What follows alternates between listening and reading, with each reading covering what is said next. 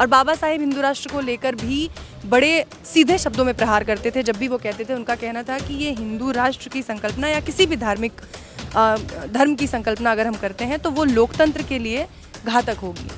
और हिंदू राष्ट्र में उनका मानना था कि अगर हिंदू राष्ट्र बनता है ये देश, तो जितना ये दलितों और पिछड़ों के लिए नुकसानदेह होगा, उससे ज़्यादा महिलाओं के लिए नुकसानदेह होगा, हर वर्ग की, हर वर्ण व्यवस्था में जितनी भी महिलाएं उन सब के लिए। और आज जिस ओर हम बढ़ रहे हैं।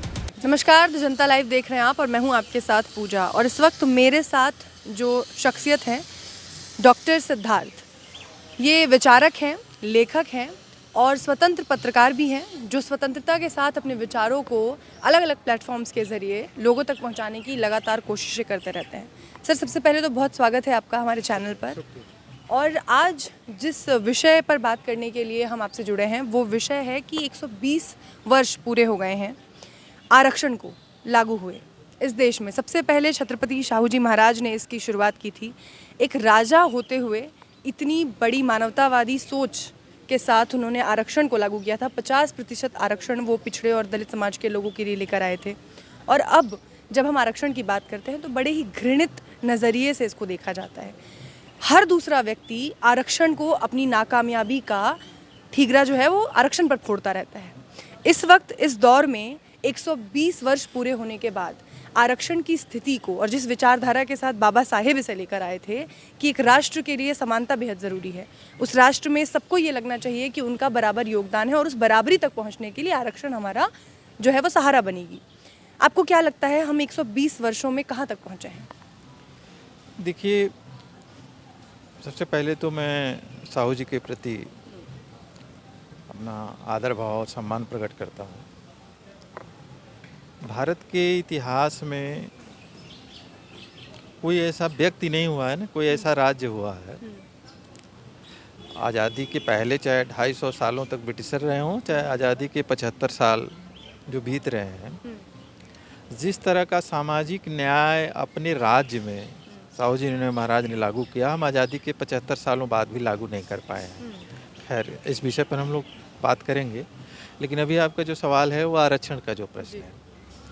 एक बात तो स्पष्ट कर दूं कि अपने देश में बहुत ही इस मामले में गलतफहमी है कि जो आरक्षण था वो पहले से चले आ रहे आरक्षण को तोड़ने के लिए था। जैसे हमारे देश में कुछ जाति विशेष के लिए, जैसे ब्राह्मणों में, यानी शिक्षा में लगभग 100% उनका आरक्षण था।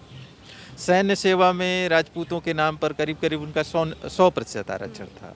नौकरशाही में ब्राह्मणों का, कायस्थों का, कुछ पारसियों का, कुछ उच्च जातियों का करीब करीब 100% आरक्षण था। ये वर्ण वाला, और ये वर्ण व्यवस्था का ये आरक्षण नहीं था। जब ये अंग्रेजी काल में भी आप देखेंगे, जब साहू जी महाराज 1874 में, जब वो 1894 में राजा बनते हैं, तब भी वो करीब करीब 90% 80% पदों पर जो हैं वो उच्च जातियाँ हैं, यानी उनका आरक्षण है। यानी जो करीब करीब 1300-1200 वर्षों से जो चला आ रहा था, वो वर्ण व्यवस्था आधारित आरक्षण, जिसको हम लोग वैदिक आरक्षण कहते हैं, वर्ण व्यवस्था आधारित आरक्षण करते हैं, उस आरक्षण को कैसे तोड़ा जाए उसके लिए आरक्षण आया था।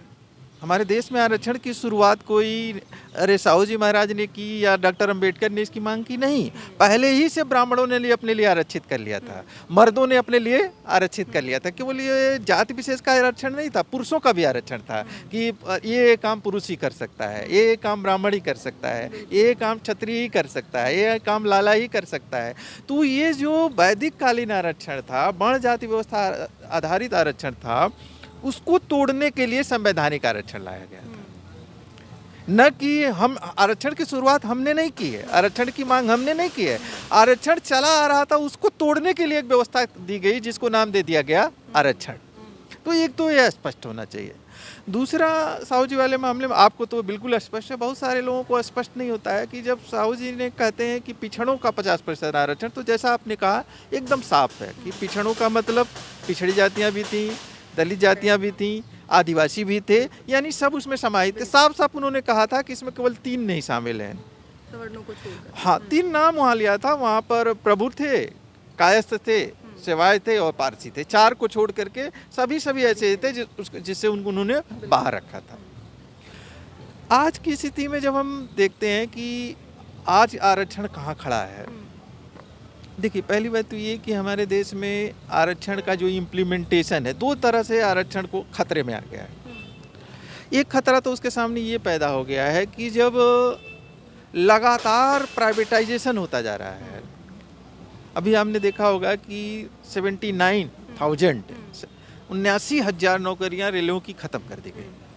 तो एक तो आरक्षण के सामने बड़ा खतरा पैदा हो गया कि नौकरियां प्राइवेटाइज करती चली जा रही हैं, यानी सरकारी क्षेत्र में नौकरियां बहुत कम बची हुई हैं। तो वहाँ पर आरक्षण का दायरा क्या हो रहा है, सिकुड़ता चला जा रहा है। और कम से कम दलित समाज के, मैं विशेष तौर पर एससी समुदाय की बात कर रहा हूँ और एसटी समुदाय की भी बात कर रहा हूँ, उनके पास कोई दूसरा तरीका नहीं है ऊपर जाने का, क्योंकि उनके पास न व्यापार है, न उनके पास कारोबार है, न उनके पास खेती है। तो ये प्राइवेटाइजेशन आरक्षण के मार्ग का एक बड़ा अवरोध बन करके खड़ा हो गया है। दूसरी बात, मैं लेटेस्ट बात करूं कि इस देश में जहाँ जहाँ आरक्षण नहीं है वहाँ पर पूरी तरह से उच्च जातियों का वर्चस्व कायम है। अभी लोकसभा में मंत्री महोदय ने, हमारे केंद्रीय मंत्री ने जो आंकड़ा दिया है, उस आंकड़े के आधार पर ये है कि जो हमारे यहाँ मुख्य सचिव हैं, अतिरिक्त सचिव हैं, सचिव हैं, तमाम पदों के केवल 6 एससी हैं, 6 एसटी हैं और कुछ इतना ही के आसपास ओबीसी हैं, उनका आंकड़ा उपलब्ध नहीं है। यानी करीब करीब 95% नौकरशाही के पदों पर उच्च जातियों का पूरा वर्चस्व कायम है। यानी आज की तारीख में भी कोई ऐसा तरीका नहीं है जिससे पिछड़ी जातियाँ, दलित जातियाँ, आदिवासी अपना हिस्सा पा पाएँ। आरक्षण ये एकमात्र रास्ता है। जैसे मान लीजिए मीडिया में आरक्षण नहीं है तो करीब करीब उनका पूरा नियंत्रण है। मान लीजिए न्यायपालिका में आरक्षण नहीं है तो सुप्रीम कोर्टों में, हाई कोर्ट में करीब करीब उनका पूरा नियंत्रण है। विश्वविद्यालय के कुलपति पद पर आरक्षण नहीं है तो आप देखने जाएंगी तो हमने आंकड़ा निकाला था 490 कुलपतियों का, तो 36 उसमें से ओबीसी थे और कुछ इसी 1, 2, 3 जो थे एसटी ओबीसी, यानी करीब करीब 450 पद के आसपास ऐसे थे जो केवल उच्च जातियों के हाथ में थे। यानी आज भी इस देश ने कोई ऐसा तरीका नहीं निकाल पाया है कि जो वंचित समुदाय के लोग हैं वो अगर हिस्सेदारी पाना चाहें तो वो पा ही नहीं सकते हैं। आरक्षण के अलावा कोई तरीका नहीं है। और एक बात और कि आरक्षण के बारे में एक और गलतफहमी थी कि आरक्षण कोई आर्थिक तौर पर समृद्ध होने का माध्यम नहीं था।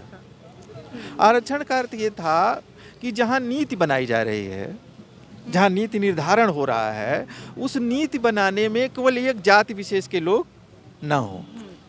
इसी तरह नीतियों को लागू करने में, यानी कर्मचारी लेवल पर जो आरक्षण हुआ था, नीतियों को लागू करने के मामले में भी ऐसा ना हो कि जो नीतियां लागू करते हैं वो भी जातिवादी कुल मिलाकर जो वर्ण व्यवस्था वाला आरक्षण था उसको ऊपर से नीचे तक उसमें उसको तोड़कर हर क्षेत्र में बराबरी लाई जा सके, सबको भागीदारी मिले। सर, एक और शब्द है, एक और संकल्पना है जिसकी बात आजकल चलती रहती है, आरक्षण की बात, और उसके साथ ही उसके समकालीन ही हम देखते हैं हिंदू राष्ट्र की संकल्पना। और बाबा साहेब हिंदू राष्ट्र को लेकर भी बड़े सीधे शब्दों में प्रहार करते थे। जब भी वो कहते थे, उनका कहना था कि ये हिंदू राष्ट्र की संकल्पना या किसी भी धर्म की संकल्पना अगर हम करते हैं तो वो लोकतंत्र के लिए घातक होगी। और हिंदू राष्ट्र में उनका मानना था कि अगर हिंदू राष्ट्र बनता है ये देश, तो जितना ये दलितों और पिछड़ों के लिए नुकसानदेह होगा उससे ज़्यादा महिलाओं के लिए नुकसानदेह होगा, हर वर्ग की, हर वर्ण व्यवस्था में जितनी भी महिलाएं हैं उन सब के लिए। और आज जिस ओर हम बढ़ रहे हैं, जिस तेज़ी से बढ़ा जा रहा है, आपको क्या लगता है कि आरक्षण की ये लड़ाई, जिसको कि आप जैसा आपने बताया कि लिमिटेड कर दिया गया है बहुत, आरक्षण ना के बराबर है अब, क्योंकि प्राइवेटाइजेशन की ओर हम बढ़ रहे हैं, तो आरक्षण का रहना या ना रहना एक सी बात है, लेकिन ये जो हिंदू राष्ट्र की ओर कदम बढ़ रहे हैं देश के, जिस तरीके की परिस्थितियां बनाई जा रही हैं, ये कितनी घातक हो सकती हैं इस लोकतंत्र के लिए? आपने बहुत सही कहा। 1940 में ही डॉक्टर अंबेडकर ने अपनी किताब थॉट ऑन पाकिस्तान पर साफ साफ कह दिया था कि अगर ये देश हिंदू राज कायम होता है तो सबसे बड़ा अभिशाप होगा, एक लोकतंत्र के लिए सबसे बड़ा खतरा है। चाहे हिंदू कुछ भी कहें, वो स्वतंत्रता, समानता और लोकतंत्र के विरोधी हैं। और उन्होंने कहा था कि किसी कीमत पर इसे रोका जाना चाहिए। लेकिन आज की हकीकत ये है कि भले ही संविधान पूरी तरह बदला ना गया हो, भले ही घोषणा न की गई हो कि देश हिंदू राज हो गया है, लेकिन करीब करीब ये देश हिंदू राज करीब करीब बनने की तरफ बढ़ गया है। बहुत कुछ थोड़ी चीज़ें बची हुई हैं कि जिसको हम कहें कि हिंदू राज का मतलब क्या होता है। एक बड़ा गलतफहमी फैलाई गई हमारे यहाँ के ज़्यादातर अपर कास्ट चिंतकों द्वारा, लेखकों द्वारा। वो गलतफहमी ये है कि हिंदू राष्ट्र जैसे कोई मुसलमान विरोधी राष्ट्र। हिंदू राष्ट्र का एक तत्व है मुसलमान विरोध, लेकिन हिंदू राष्ट्र का दो जो बुनियादी तत्व है जिसके बारे में डॉक्टर अंबेडकर बार बार चिन्हित करते थे, अपर कास्ट का वर्चस्व और मर्दों का वर्चस्व। हिंदू राष्ट्र का मतलब महिलाएं जो हैं वो पुरुषों के अधीन होंगी, और हिंदू राष्ट्र का मतलब जो उच्च जातियों का पिछड़ों पर, दलितों पर, आदिवासियों पर वर्चस्व होगा। हिंदू राष्ट्र का मूल तत्व है, मुसलमान विरोध के नाम पर उसको ढका जाता है। उसका ऊपर का तत्व मुसलमान विरोध है, लेकिन जो उसका मूल लक्ष्य है वो लक्ष्य है कि कैसे उच्च जातियों के वर्चस्व को कायम किया जाए और कैसे महिलाओं पर पुरुषों के वर्चस्व को कायम किया जाए। एक चीज़ मैं आपसे बता दूं कि साहू जी को आप याद कर रही थी कि होता क्या है कि जिसका मुद्दा होता है केवल वो उसी के लिए याद करता है। जैसे साहू जी को महिलाओं के संदर्भ में बहुत कम याद किया जाता है, लेकिन साहू जी ने जितना काम महिलाओं के संदर्भ में किया है, साहू जी ने स्पेशल मैरिज एक्ट कोल्हापुर बनाया था। जो हमारे देश में जो मैरिज एक्ट बना 1955 में, वो उससे आगे है, उससे भी एडवांस। और पहली बार साहू जी ने अंतरजातीय विवाह का, अंतरधार्मिक विवाह का, कि कोई भी लड़की लड़का किसी भी जाति में शादी कर सकता है, यानी जैन धर्म और धार्मिक अंतरधार्मिक भी शादी कर सकता है। महिलाओं को पहली बार तलाक का अधिकार हिंदू कोड बिल से नहीं मिला था। पहली बार तलाक का अधिकार कोल्हापुर में जो उन्होंने मैरिज एक्ट लागू किया था, उन्होंने तलाक। इसके अलावा संपत्ति में जो महिलाओं को अधिकार नहीं था वर्ण व्यवस्था के हिसाब से, उस संपत्ति के अधिकार भी साहू जी महाराज ने महिलाओं को उपलब्ध कराया था। मिताक्षरा न्याय होता था जिस पर उस सारे को उन्होंने रद्द कर दिया था। तो अगर सोचा जाए कि जो आज़ाद भारत में महिलाओं के लिए 1955 में जो कानून आया, जो धीरे धीरे करके अभी बदला जा रहा है, और हिंदू कोड बिल में भी जो काम नहीं हो पाया था, उसको भी साहू जी महाराज ने उस जमाने में कर दिखाया था। यानी वो जितने बड़े चैंपियन थे वो दलित पिछड़े आदिवासियों के, उतने ही बड़े चैंपियन थे महिलाओं के भी। लेकिन आप जानती हैं ना, जिसको अपना जो मुद्दा होता है उसी के लिए वो याद करता है। कल जब महिलाएं इस देश की बहुत ज़्यादा जागरूक होंगी तो महिलाओं के मुद्दे पर साहू जी को याद करेंगी।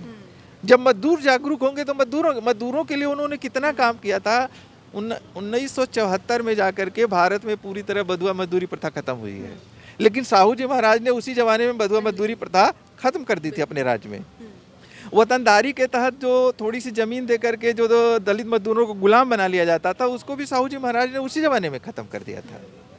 यानी साहू जी महाराज के कामों का दायरा बहुत ज़्यादा बड़ा है।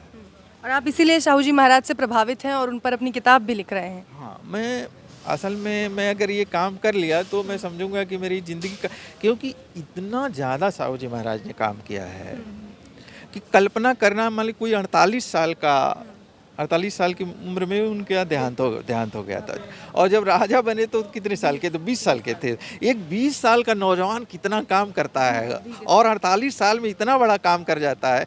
कृषि में जो उन्होंने काम किया है, उद्योग में जो उन्होंने काम किया है, लेबर के लिए, मजदूरों के लिए जो उन्होंने काम किया है, महिलाओं के लिए जो उन्होंने, यहाँ तक कि आदिवासियों के लिए जो काम किया है। जो भारत सरकार, आप जानती होंगी कि एक अंग्रेज़ों ने कानून बनाया था कि ये क्रिमिनल जातियाँ हैं, आदिवासियों के कुछ जातियों को क्रिमिनल घोषित कर दिया गया था, और उनको हर सप्ताह आ करके थाने में हाजिरी देनी पड़ती थी। कभी कभी उन्होंने बनाया था डेली हाजिरी। अब होता क्या था कि वो हाजिरी दें कि जाके मेहनत मजदूरी करें। साहू जी महाराज ने इस पूरी प्रथा को, इस कानून को ही ख़त्म कर दिया कि कोई क्रिमिनल आदिवासी नहीं माना जाएगा, न थाने में जाकर उसको हाजिरी देनी पड़ेगी। और उनमें से कुछ लोगों को अपने अंगरक्षक के रूप में नियुक्त कर लिया, जैसे ये लोग समाज को लगे कि ये नहीं ये किसी भी तरीके से, अरे क्रिमिनल खतरा नहीं है, क्रिमिनल नहीं है, बल्कि बहुत अच्छे लोग। एक किस्सा ये भी है कि वो कामले की एक दुकान चाय की उन्होंने खुलवाई और वहाँ जाकर चाय भी पी, जिससे समाज में बराबरी आ सके।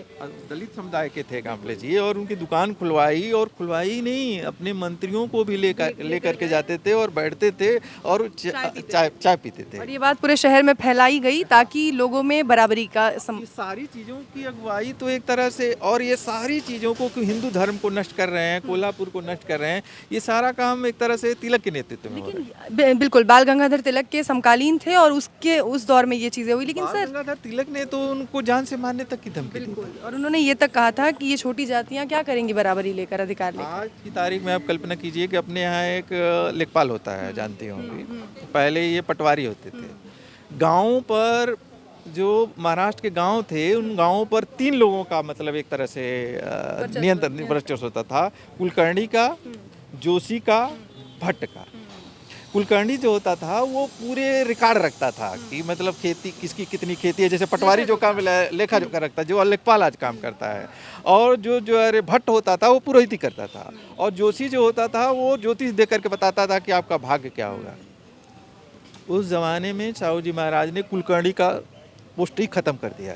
ये अब ये जाति के आधार पर कुलकर्णी नहीं होगा। और इसके लिए तिलक के नेतृत्व में जानती कहाँ तक लड़ाई लड़ी गई थी? महारानी विक्टोरिया तक मुकदमा चला, क्योंकि कुलकर्णी अपनी ताकत से क्या करता था, इनकी जमीन उनकी और एक ही जात का कुलकर्णी होता था, ब्राह्मण। और उस समय कल्पना कीजिए कि साहू जी महाराज ने जब कुलकर्णी का वो खत्म किया और कहा कि हर जात का आदमी कुलकर्णी हो सकता है, तो उसमें अलग से दलितों के लिए 10% आरक्षण भी कर दिया है। उस जमाने में दलित को कुलकर्णी बनाना, हमें कल्पना करने की जरूरत नहीं है, क्योंकि हमारे सामने परिस्थितियां वैसी की वैसी आ रही हैं। उस जमाने में कुलकर्णी बनाना दलित को, आप समय आज भी अगर कोई प्रधान बन जाए, हमारे उत्तर प्रदेश में 3 प्रधान लोगों की हत्या हुई। उन प्रधान लोगों की गलती क्या थी कि वो प्रधान अपर कास्ट के हिसाब से चलने को, आज भी हमारा कोई प्रधान कहे कि नहीं हम अपने हिसाब से चलेंगे, तो उसके लिए जान का क्या होता है, खतरा होता है। और उस जमाने में साहू जी महाराज ने उसको एक तरह का वो बना दिया, कुलकर्णी बना दिया, और आरक्षण लागू कर दिया। जोशी का पद खत्म कर दिया, भट्ट का पद खत्म कर दिया। लेकिन सर, जब हम आज 120 सालों के बाद ये चर्चा कर रहे हैं, तो ये जो दूरदृष्टिता थी साहू जी महाराज की, या बाबा साहेब के जो विचार थे जिसके तहत उन्होंने सपना देखा था, अ नेशन इन मेकिंग कहते थे वो, राष्ट्र नहीं कहते थे, क्योंकि उन्हें लगता था कि अभी हमें बहुत कुछ तय करना है, एक लंबा सफ़र तय करना है। और इस बीच में आज जब हम बात कर रहे हैं तो परिस्थितियां बिल्कुल समान हो गई हैं। जैसे आप आरक्षण की बात हम कर रहे थे, आरक्षण में एक तरफ कोशिश ये है कि जो वर्ण व्यवस्था वाला आरक्षण है वो स्थापित हो सके, महिलाओं पर वर्चस्व और छोटी जातियों पर वर्चस्व वो, और दूसरा ये जो तमाम लोग कोशिशें कर रहे हैं सड़कों पर उतरकर कि उनके जो हक अधिकार हैं, हक हुकूक हैं, उनको वो किसी तरह बचा सके। तो ये दोनों लड़ाइयाँ समकालीन फिर से चल रही हैं। एक चीज़ जान लीजिए कि कुछ बातों पर हम लोगों को अपने बारे में भी सोचना होगा। जैसे अभी यहाँ पर बात हो रही थी, आपने ध्यान दिया होगा कि जो पिछड़ों के मुद्दे हैं, दलितों के मुद्दे हैं, आदिवासियों के मुद्दे हैं, या महिलाओं के मुद्दे हैं, आप एक चीज़ देख रही होंगी कि अब दलित बहुजन, चाहे फुले साहब हों, चाहे पेरियार साहब हों, चाहे बाबा साहब हों, चाहे साहू जी, जब भी वो बात करते थे तो शूद्र, अतिशूद्र और महिलाएं कहते थे। तीनों की लड़ाई समान ही लड़ते थे। आप आजकल देख रही होंगी कि जो विमर्श चल रहा है, जैसे उसमें महिलाओं का मुद्दा खत्म है। हम अब महिलाओं की बात हम नहीं करें, तो 50% का हमने मुद्दा छोड़ दिया। इसी तरह अब जो बातचीत होती है, जैसे 70% 80% दलित पिछड़ों में ऐसे लोग हैं जो आरक्षण के किसी उसमें शामिल ही नहीं हो सकते। उनके मुद्दे, उनकी समस्याएं अलग तरह की हैं, लेकिन उनकी बातचीत हमारे बीच में नहीं हो रही है। सारी जो हम बातचीत कर रहे हैं अपने समाज के कुछ मध्य वर्ग के छोटे हिस्से के बारे में बात कर रहे हैं, उसका जो 70% हिस्सा, उसके बारे आपको एक उदाहरण दें कि मान लीजिए सभी लोग जानते हैं कि यूपी की जूनियर हाई स्कूल तक की शिक्षा व्यवस्था पूरी तरह चौपट हो गई है। जूनियर हाई स्कूल तक सरकारी स्कूलों में कौन पढ़ता है? ज़्यादातर दलितों के बच्चे हैं, पिछड़ों के बच्चे पढ़ते हैं। इसका मतलब हुआ कि यूपी में जो 85% दलित औरत पिछड़ी जातियों के बच्चे सरकारी स्कूल में पढ़ते हैं, वो इतना भी उनको पढ़ाई नहीं उनकी हो रही है कि वो किसी आरक्षण के एप्लीकेशन में नौकरी के लिए डाल सकें। यानी, लेकिन हम इस बारे में बात नहीं कर रहे हैं, हमको कोई चिंता नहीं है। क्यों? क्योंकि जो हम 15-20% लोग हैं, हम इस स्थिति में हैं कि अपने बच्चे को पब्लिक स्कूल में पढ़ा लें, तो हम अपने ही 85% भाई की चिंता नहीं अगर हम उसकी चिंता नहीं करेंगे तो एक दिन हमसे वो क्या करेगा, अलगाव कर लेगा। आज भाजपा ने हमारे ही 85% लोगों को हमसे क्या कर दिया है, हमसे अलग कर दिया है। आम आदमी पार्टी क्या करे, आम आदमी पार्टी ने हमारे ही 85% लोगों को हमसे काट करके अपने वोट बैंक में तब्दील कर लिया है। क्योंकि हम जब उनके बारे में नहीं सोचेंगे, जैसे स्लम बस्ती में जो रह रहा है तो उसको पानी की समस्या है, उसकी शौचालय की समस्या है, उसकी डॉक्टर की समस्या है, उसकी छोटी छोटी समस्याएं, अभी उसके यहाँ कोई हाई स्कूल इंटर पास ही नहीं है। तो अगर हम उसके बारे में चिंता नहीं करेंगे, उसके मुद्दों को नहीं उठाएंगे। मानवर कांसीराम में और आज के आंदोलन में अंतर क्या? कांसीराम जब बात करते थे तो स्लम बस्तियों के एजेंडा भी उठाते थे, वहाँ के महिलाओं का, वहाँ के मजदूरों का, वहाँ पर अरे स्लम बस्तियों के लोगों का। अब सारी बात सिमट के अगर रह जाएगी मध्य वर्ग के 5% लोगों तक, तो उनके बीच में खूब जागरूकता फैलेगी। लेकिन 70% 85% लोग अलग अलग समुदाय हमसे क्या हो जाएंगे, अलग हो जाएंगे। आज महिलाओं के मुद्दे पर बहुत कम बात होती है। आज हमारे 70% से लेके 85% अलग अलग जातियों में अलग अलग है। मान लीजिए 85% दलितों में है, पिछड़ों में 70% ऐसे लोग हैं जिनके मुद्दे एकदम अलग हैं। मजदूरी का उनका मुद्दा है, उनके आवास का मुद्दा है, उनके स्कूल का मुद्दा है, वो गाँव में रहते हैं। उनके बारे में अगर हम बातचीत नहीं करेंगे तो विभिन्न पार्टियां उनको क्या कर रही हैं, हमसे काट करके अलग कर दे रही हैं और हम 10-15% अलग हो जा रहे हैं और इससे हम कमज़ोर पड़ जा रहे हैं। सर आपने एक और बात कही कि हम माने या ना माने लेकिन हिंदू राष्ट्र जो है वो तब्दील हो चुका है, तब्दील हो रहा है, वो प्रोसेस में है पूरी तरह से। सबसे बड़ा सवाल ये है कि अगर तब्दीली आ रही है, जिसे हम देख भी रहे हैं, बहुत तेज़ी के साथ तब्दीली आ रही है, इस तब्दीली से बचने का, जैसा कि बाबा साहेब कहते थे कि ये बहुत ज़्यादा घातक होगा, इसे रोकने का तरीका क्या है? क्योंकि आप जैसा एक बुद्धिजीवी व्यक्ति जब ये बात कह रहा है कि तब्दीली आ चुकी है, हम हिंदू राष्ट्र में प्रवेश कर चुके हैं, तो ये खतरे का सिग्नल है, लेकिन इससे बचने का कोई तरीका क्या अब भी है, और वो है तो क्या है? अभी भी वो तरीका है। देखिए, इस लड़ाई को ये तो जान लीजिए कि कोई कहेगा जाति, इस लड़ाई को तो इस देश का अपर कास्ट नहीं लड़ेगा, क्योंकि जो हिंदू राष्ट्र बन रहा है उसके फायदे के लिए है, वो तो नहीं लड़ने वाला। उसमें से एक आदमी 2 आदमी आ जाएंगे, उसकी बात मैं नहीं करता, कोई आदमी आ जाए, लेकिन वो समुदाय तो लड़ने वाला नहीं है। इस लड़ाई को लड़ना पड़ेगा। सबसे ज़्यादा ये लड़ाई आदिवासी लड़ेंगे, दलित लड़ेंगे, पिछड़ी जातियाँ लड़ेंगी, उसमें भी अति पिछड़ी जातियाँ लड़ेंगी, और महिलाएं जो इस देश की लगभग आधी आबादी हैं, ये महिलाएं ही लड़ेंगी। आज की तारीख में फिर से ऐसा एजेंडा खड़ा करना जिसमें सभी दलितों की बात हो, केवल दलितों के मध्य वर्ग की बात ना हो, सभी पिछड़ों की बात हो, केवल पिछड़ों के मध्य वर्ग की बात ना हो, उसमें जात विशेष की बात ना हो। यानी एक जो इस पूरे देश में जो ब्राह्मणवाद भी, बाबा साहब ने 2 दुश्मन साफ साफ कहे थे, उसको भूलना नहीं चाहिए कि इस देश के 2 दुश्मन हैं, ब्राह्मणवाद और पूंजीवाद। साफ साफ शब्दों में कहा था 2 दुश्मन हैं। हम अगर इन दोनों दुश्मनों के खिलाफ इस देश के व्यापक, देखिए फूले साहब भी, बाबा साहब ने पहली पार्टी मजदूरों की बनाई थी। इस देश में पहली मजदूरों की लेबर पार्टी बाबा साहब ने बनाई थी। फूले साहब ने सबसे पहला किसान का कोड़ा लिखा था, पहला ट्रेड यूनियन उन्होंने बनाई थी। एक तरफ हमको दलितों को, पिछड़ों को, आदिवासियों को और महिलाओं को सामाजिक समूह के तौर पर, दूसरे मजदूरों को, किसानों को, अन्य मेहनत तबकों को, इन सबको एकजुट करना पड़ेगा, और सबके मुद्दे हमको अपने एजेंडे में लाना पड़ेगा और उनकी लड़ाई लड़नी पड़ेगी। और ऐसे में हमको एक ऐसा नेतृत्व चाहिए जो केवल अपने पद के बारे में न सोचता हो, केवल अपने पैसे के बारे में। जो भी हमारे लिए कुछ कर पाया बहुजन नायक, उसमें कोई एक आदमी आप नहीं बता सकती हैं जो अपने बारे में, पद के बारे में सोचता रहा हो। चाहे वो बाबा साहब हों, चाहे वो साहू जी हों। साहू जी बड़े आराम से राज कर सकते थे, लेकिन उन्होंने जान का खतरा उठा करके बार बार अरे इस लड़ाई को लड़ा। तो न तो फूले साहब कभी ऐसा सोचते थे, न साहू जी सोचते थे, न पेरियार सोचते थे, न डॉक्टर अम्बेडकर, यहाँ तक हमारे जो अंतिम बड़े नायक हुए मानवर कांशीराम, वो भी कभी पद के बारे में, पैसे के बारे में, सुविधा के बारे में, वो चाहते थे उनके लोग धनी हों, उनके लोग सुख से रहें, उनके लोग खूब आराम से रहें, अच्छी गाड़ियों में चलें, हेलीकॉप्टर में चलें। लेकिन जो सबसे आगे होगा, अगर वो पहले अपने ही पद के बारे में सोचता है, अपने ही धन के बारे में सोचता है, अपने परिवार के बारे में सोचता है। यहाँ तक कांशीराम पे आप ये भी नहीं आरोप लगा सकती हैं बाबा साहब के वो जातिवादी थे, वो किसी जाति में पैदा हुए हैं, लेकिन वो ये नहीं सोच रहे हैं कि जाटों का भला हो, कि मौर्य का भला हो, कि अरे कुर्मी का भला हो, कुशवाहा का भला हो। और यहाँ तक कि स्त्री पुरुष का भी कोई अंतर नहीं करा। बाबा साहब ने अंतिम किस मुद्दे पर इस्तीफा दिया था? हिंदू कोड बिल में महिलाओं की बराबरी के लिए। और पहला जो बाबा साहब ने भाषण दिया था, लेख पढ़ा था, वो लेख में ही वो कहते थे कि महिलाओं की आज़ादी और जाति व्यवस्था का खात्मा एक दूसरे से जुड़ा हुआ है। जब तक महिलाएं पूरी तरह आज़ाद नहीं होंगी, इस देश में जाति व्यवस्था का खात्मा नहीं हो सकता। और जाति व्यवस्था अगर तोड़ना चाहते हैं तो महिलाएं, अंतर जाति विवाह उसके लिए जरूरी है, महिलाओं का आज़ाद होना जरूरी है।